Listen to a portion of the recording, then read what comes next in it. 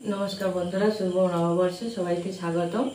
आज के रात्रे रान्ना करब এই যে চিকেন কয়লার মুরগি কিনে নিয়ে এসেছি।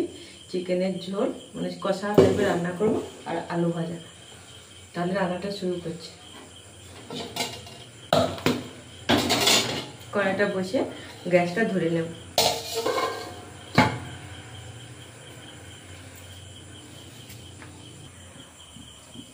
কড়াইটা বসিয়ে দিয়েছি, কড়াইটা গরম হয়ে গেছে।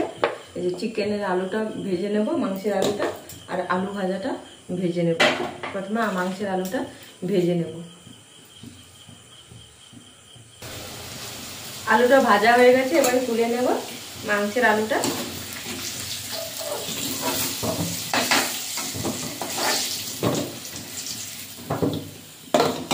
এইটার আলু ভাজাটা করব।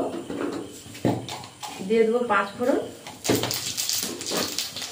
একটু পেঁয়াজ কুচি,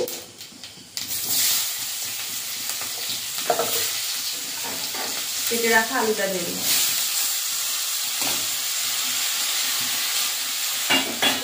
আলুটা ভেজে নেব।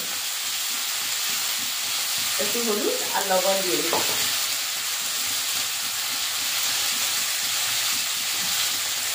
আলুটা ভেজে নেব।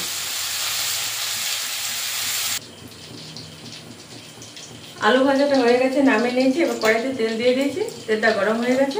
এবার পেঁয়াজগুলো দিয়ে দেবো।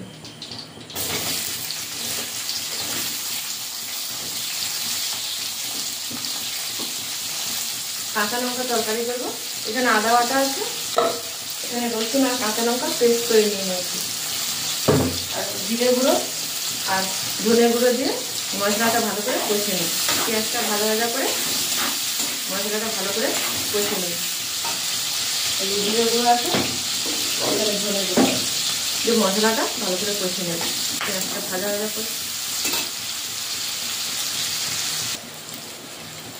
আদা দিয়ে দিয়েছি, লঙ্কা কাঁচা লঙ্কা আর রসুন আদা দিয়ে দিয়েছি। এবার মশলাটা কষে নেব। দিয়ে দেবো হলুদ গুঁড়ো,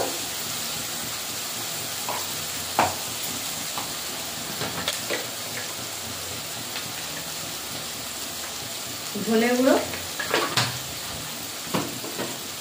আর জিরে গুঁড়ো দিয়ে দেবো।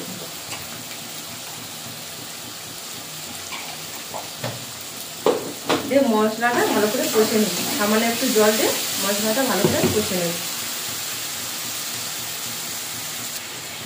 মশলাটা কষানো হয়ে গেছে, মশলা থেকে তেল ছেড়ে গেছে। এবারে মাংসটা দিয়ে দেবো।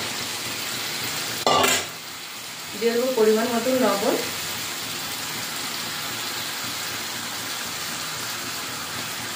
যে মাংসটা ভালো করে কষে নেব।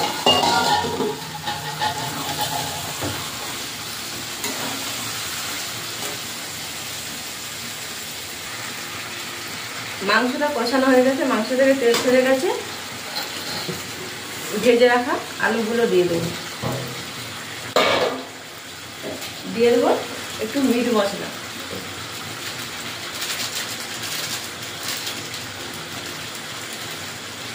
দিয়ে মশলাটা আর একটু ভালো করে কষে মাংসটা জল দিয়ে দেবো।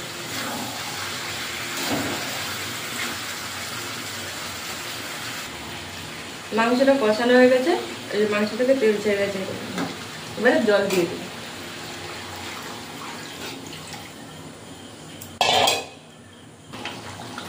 মাংসের ঝোলটা হয়ে গেছে, এবারে নামিয়ে নেব।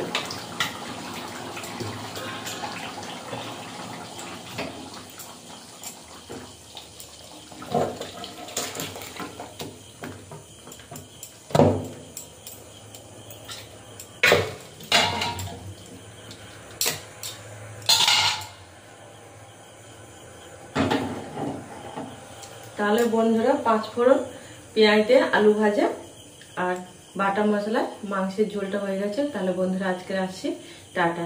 রাতের ভিডিওটি কেমন লাগলো কমেন্ট করে জানাবেন।